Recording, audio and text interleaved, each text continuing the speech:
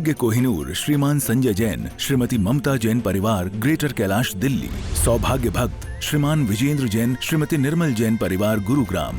सौभाग्य भक्त श्री मनीष गोधा, श्रीमती सपना गोधा, गोधा एस्टेट परिवार, इंदौर। सौभाग्य भक्त श्रीमती कुंती देवी जैन, श्री राजीव जैन, श्रीमती मीनाक्षी जैन, कावेरी जैन, उदय जैन, सिविल लाइंस परिवार, दिल्ली। सौभाग्य भक्त Shri Amit Jain, CA, Shrimati Anshul Jain, Anshika Jain, Anuttar Jain, green park परिवार,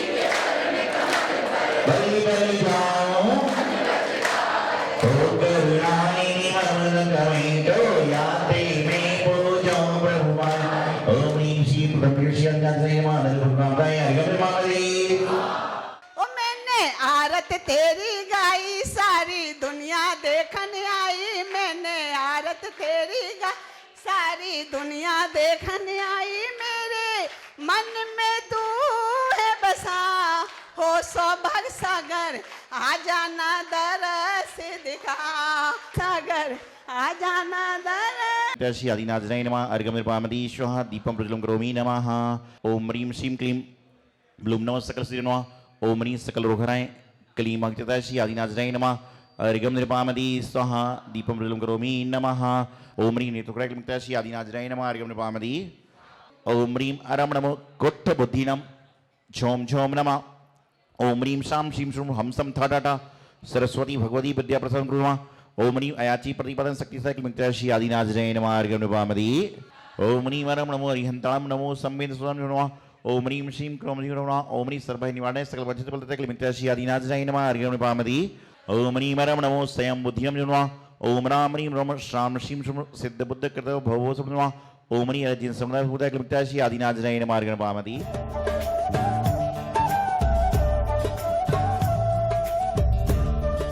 रमणो जीवमदीनम नमः। ओम ह्रीं श्रीं हंसं ह्रौं ह्रीं द्रामणी मोहिनी सरस्वती। ओम ह्रीं चौरभय निवारकाय क्लीं श्री आदिनाथाय नमः। अर्घ्यमिर्पामि। ओम ह्रीं रमणो विलोमदीनम नमः। ओम नमो भगवती कुलपति महामानसी नमः। ओम ह्रीं भूतप्रादिभय आदि व्याधि क्लीं श्री आदिनाथाय नमः। अर्घ्यमिर्पामि। ओम ह्रीं रमणो दस्सभुविनो नमः। ओम नमो भगवती कुलपति सुसीमा पृथ्वी सकल मानसी महामानसी नमः। ओम ह्रीं सौभाग्यमान मनोबल अचल क्लीं श्री आदिनाथाय नमः। अर्घ्यमिर्पामि। ओम नमः सुमंगला सुसीमानाय मी सुसंग गुरुना।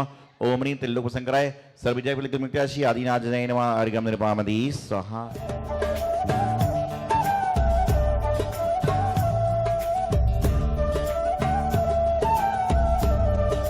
ओम ह्रीं सकल काल दोष विनाशकाय क्लीं श्री आदिनाथाय नमः। अर्घ्यमिर्पामि।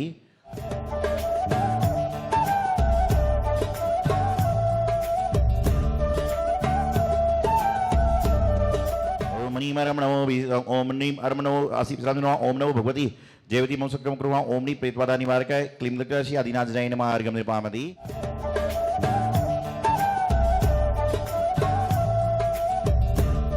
मोहि जम्बे मोहि सर्वति सौभाग्य कुर्मः। ओम ह्रीं सर्वकार्य सिद्धिकराय असुक्त रूप श्री आदिनाथाय नमः। अर्घ्यमिर्पामि। चक्षुर्विषय विश्वारकाय सिंहासन प्रतिक्रिया श्री आदिनाथाय नमः। अर्घ्यमिर्पामि। ओम नमो अट्टे मट्टे क्षुद्राय सर्वस्वकृणः। ओम ह्रीं सत्तु स्तम चतुष्षष्टि श्री आदिनाथाय नमः। अर्घ्यमिर्पामि।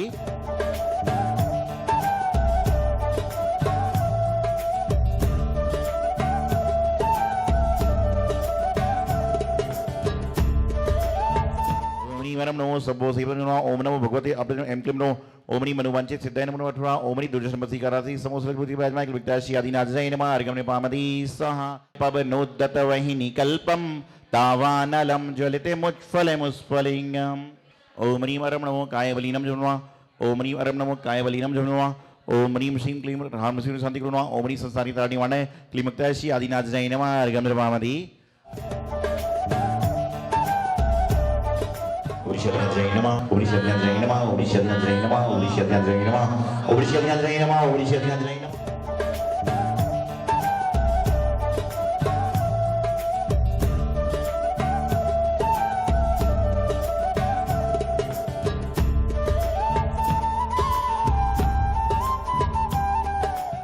शरीर में आत्मा कहाँ पर है, कौन से प्रदेश में आत्मा छुपी हुई है?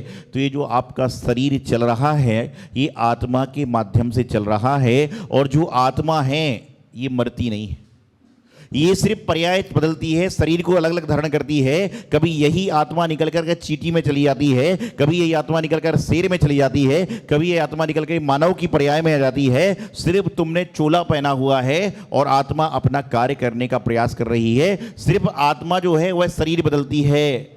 जैसे कि आप ट्रेन पे ट्रेन बदलते हो ना, उसी प्रकार से आत्मा क्या होती है, शरीर पर शरीर बदलती जाती है। और हम लोग क्या करते हैं, वैसे भजन गाते हैं ना, क्या बोलते हैं, आत्मा तो अजर अमर है, हम आयु गने स्तन की, जैसा ही जीवन बनता जैसी धारा चिंतन की। आत्मा क्या है? हर व्यक्ति सोचता है कि मेरी आत्मा शुद्ध है, मेरी आत्मा गलत है। आत्मा ना तो शुद्ध है ना तो अशुद्ध है। आत्मा का तो जो स्वभाव है, आत्मा का जो रूप है वह ज्यों का त्यों रहता है और हमेशा रहेगा ही। जैसे सोना है, सोना जो होता है उसके अंदर मैल लग जाए तो क्या होता है, सोने को तपाया जाता है तो सोना वापिस साफ हो जाता है। उसी प्रकार से आत्मा जब बुरे कर्म के द्वारा मलिन हो जाती है तो देव शास्त्र गुरु रूपी टंच उसको लगाते हैं तो आत्मा वापिस परमात्मा बनने की राह पर निकल जाती है। आत्मा में कोई बुराई नहीं है, लेकिन आत्मा को धारण करने वाला जो ये मनुष्य है ये उसको बुरा करता है, ये उसको भला करता है। कल बात चल रही थी कि इंसान तीन तरह के होते हैं। पहला होता है देवता के समान, दूसरा होता है मानव के समान, और तीसरा होता है दानव के समान। देवता के समान कौन है कि जो भोजन थाली आती है और खुद नहीं खाता है, दूसरे को खिलाने का प्रयास करता है, यह है देवता। मानव कौन है कि भोजन की थाली सामने आती है तो पहले खुद खाने का प्रयास करता है, फिर दूसरों को देने का प्रयास करता है, यह है मानव। और दानव कौन सा है कि जो भोजन सामने आता है तो कहता मैं तो खाऊंगा लेकिन दूसरे का भी हड़प कर खाऊंगा, ये होता है दानव का स्वभाव। तो आप देवता हैं, दानव हैं, मानव हैं, दैव्य हैं, ये आपके हाथ में। आज संसार में हर आदमी आत्मा आत्मा की चर्चा करता है, लेकिन उसको पता ही नहीं कि आत्मा है कहां। ग्रंथों में आचार्यों ने कहा है अप्पा सो परमप्पा, कि जो आत्मा है वही परमात्मा है। और जो व्यक्ति ये समझ लेगा कि मेरी आत्मा परमात्मा है, उस दिन वह गलत कार्य करना छोड़ देगा, वह बुरे कार्य करना छोड़ देगा, वह अपराध करना छोड़ देगा। अभी बता रहे थे ना कि वो दिल के टुकड़े हजार बोलते हैं, गाना आता होगा शायद। ये लोग कहते हैं कि दिल तो एक ही होता है लेकिन टूटता कितनी बार है। कांच का गिलास एक बार टूट जाए तो जुड़ता नहीं है, लेकिन दिल तो बोले महाराज जी उसने मेरा दिल तोड़ दिया। लोग मेरे पास में आते हैं, बोले महाराज जी उसने मेरा दिल तोड़ दिया। तो मैं कहता हूं तुम्हारा ऑपरेशन हो गया? कोई व्यक्ति आता है कहता है महाराज जी मेरा दिल टूट गया, तो मैं पूछता हूं तुम्हारा ऑपरेशन हो गया? बोले क्यों? मैंने कहा दिल टूट गया तो बिना ऑपरेशन के तो जुड़ेगा नहीं।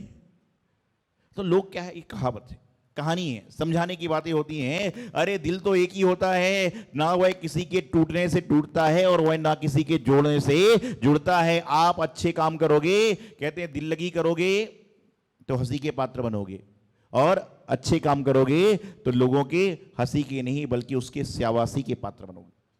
जीवन में मानव वही है जो अपने साथ में दूसरों के लिए सोचने का प्रयास करता है। एक बार एक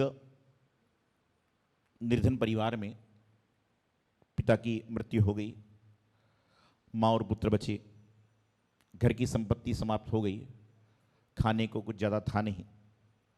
तो माँ ने कहा एक काम करो, एक संत जी का सत्संग चल रहा है, तुम उनसे पूछ के आओ कि हमारी गरीबी कब दूर होगी, हमारी तुम शादी भी नहीं हो रही तो तुम्हारी शादी कब होगी, पूछ के आओ। वही चला, दिल लगा आदमी था। रास्ते में उसे एक संत मिले। संत ने पूछा कि कहाँ जा रहे हो? बोले एक बहुत बड़े संत आए हैं, उनके समागम के लिए जा रहा हूँ। तूने कहा एक काम करो, तुम वहाँ पर जा रहे हो तो वहाँ पर संत से पूछना कि मेरा जो है मोक्ष मार्ग क्यों रुक रहा है, रुकावट क्यों आ रही है। ये वैष्णव संप्रदाय की कहानी है, समझाने के लिए बताते हैं, एक जानकारी होना चाहिए क्या है। हमारा मोक्ष मार्ग अटक क्यों रहा है? उसने कहा ठीक है। आगे पहुंचा तो एक व्यक्ति उसको मिला, उसने उससे कहा कि भाई कहाँ जा रहे हो? बोले संत के पास कुछ पूछने जा रहा हूं। उसने कहा मेरा एक काम करोगे? बोले बिल्कुल करूंगा। बोले जब तुम जा ही रहे हो तो इतना पूछ लेना कि मेरी बेटी जन्म से नहीं बोलती है, ये बोलना कब प्रारंभ करेगी? उसने कहा मेरा क्या बिगड़ रहा है, मेरा क्या बिगड़ रहा है। वह चला गया। इतने में एक तीसरा व्यक्ति मिला। उसने कहा कि एक काम करोगे, संत से इतना पूछ के आ जाना कि मेरी जमीन में कहीं ना कहीं धन गड़ा हुआ है, वह मुझे कब प्राप्त होगा। बोले ठीक है, और अपनी मस्ती में चल गया। और जैसे ही संत के पास पहुंचा, उनको नमस्कार किया, उनको देखकर उनके भाव अलग हो गए। तो उसने कहा संत जी मैं कुछ प्रश्न लेकर आया हूं। तो संत ने कहा देखो भाई, मैं तो एक व्यक्ति को 3 प्रश्न पूछने का अवसर देता हूं। क्या करता हूं? 3 प्रश्न पूछने का अवसर देता हूं। अब आप सोचिए, आपके खुद के भी प्रश्न हैं और सामने वाले की प्रश्न है, तो आप क्या करोगे? अपना काम बनता है, भाड़ में जाए। आजकल लोगों ने सिद्धांत बना रखा है कि अपना काम होने दुनिया को छोड़ो। तो लोग तो अपनी पूछेंगे कि भाई मेरी शादी कब होगी, मैं दौलत मुझे कब मिलेगी, मैं कब माला माल होऊंगा। आदमी तो ये बात करेगा। लड़का थोड़ा मंदबुद्धि था लेकिन समझदार था। बोले देखो मेरा तो क्या है, कुछ मिलेगा तो ठीक है, मैं तो सत्संग में आऊं, खाना तो मिल रहा है, मैं तो खा के चले जाता हूं। संत का पूछ लेता हूं, उनका भला हो जाएगा, उसका भला हो जाएगा, उसका भला हो जाएगा। तो उसने पहला प्रश्न पूछा कि संत जी, एक व्यक्ति के खेत में धन गड़ा हुआ है लेकिन उसको मिल नहीं रहा, वो कैसे मिलेगा? तो उन्होंने कहा कि उसको कहना कि जब तुम्हारे पास में कोई पुण्यवान पुरुष आएगा, जब तुम्हारे पास कोई पुण्यवान पुरुष आएगा और वह जहां पर बैठेगा, बैठते साथ उसको चक्कर आ जाएंगे, गिर पड़ेगा, मूर्छित हो जाएगा, उसी जगह पर तुम खुदाई करना और तुम्हें धन मिलेगा, लेकिन आधा धन उसको देना पड़ेगा। ठीक है।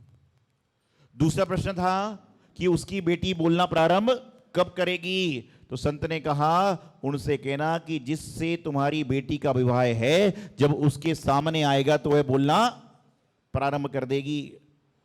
और तीसरी बात थी कि जो संत थे, जड़ी बूटी लगाए थे, बहुत सारे फबूद लगाए थे, उनका मुक्ति में अटक रहे थे। मोक्ष हो नहीं रहा था, मोक्ष तो अभी हमको भी नहीं हो सकता, उनको क्या होगा, तो अटक रहे थे। तो उन्होंने कहा उससे कहना कि तुम्हारी जो जटे में मणि छुपी हुई है वह निकाल कर दे दोगे तो उसके बाद तुम्हारा मोक्ष हो जाएगा।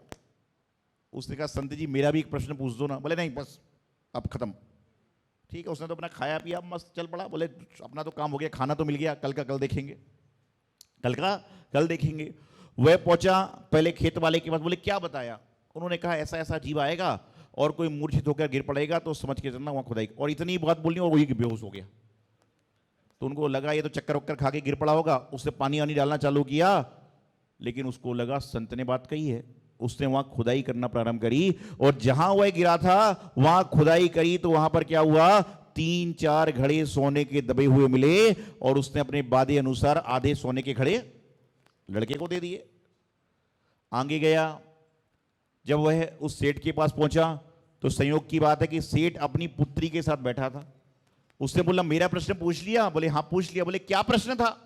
बोले प्रश्न ये था कि तुम्हारी पुत्री कब बोलेगी? बोले हाँ। तो बोले उन्होंने कहा है कि तुम जिसके से इसका विवाह होने वाला है उसको देखते साथ पुत्री बोलेगी। और जैसे ही पुत्री ने उस लड़के को देखा, अरे बोले आप कब आए? और पुत्री ने बोलना चालू कर दिया तो लोग बोला विधि अनुसार उसने उसका विवाह भी करा दिया। तो माला माल भी हो गया और शादी भी हो गई। माला माल हो गया, लेकिन रतन जवाहरात सोना था, लेकिन रतन नहीं थे, मणि नहीं थे। तो सोच रहा था अब मैं जाकर मणि खरीदूंगा। तो इतने में उसने जाकर संत ने पूछा मेरी मुक्ति का कारण क्यों रुका हुआ है? बोले तुम्हारी जटा में मणि है, उसको निकालो। तो उसने निकाली। बोले अब मैं क्या करूं? बोले एक काम करो, मणि भी तुम ले जाओ। जब तुम मेरा उपकार करने के लिए आए हो तो मेरी मणि ले जाओ और तुम मुझे मुक्त करो। तो क्या हुआ, उसने अपना कुछ भी नहीं पूछा, उसने अपने लिए कुछ भी नहीं किया, लेकिन वह माला माल हो गया, समृद्धिशाली बन गया। तो जो दुनिया में औरों के लिए करता है, परमात्मा उसके लिए बहुत सारे स्थान अपने आप छोड़ दिया करते हैं। अरे अपने लिए तो सारी दुनिया जीती है, अपने लिए तो सारी दुनिया जीती है, लेकिन जो औरों के लिए जीता है वही इस दुनिया में संत होता है, महंत होता है। आत्मा से परमात्मा बनने का लक्ष्य उसका निर्धारण है।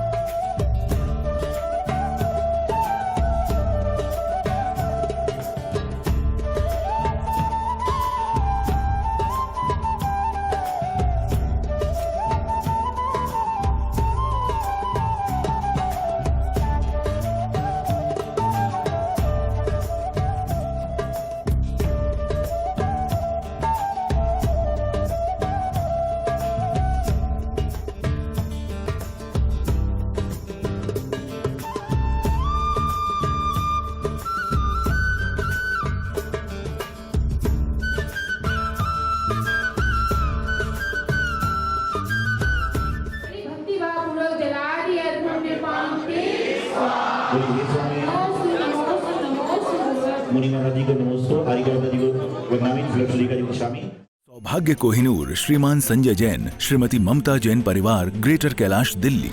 सौभाग्य भक्त श्रीमान विजेंद्र जैन, श्रीमती निर्मल जैन परिवार, गुरुग्राम।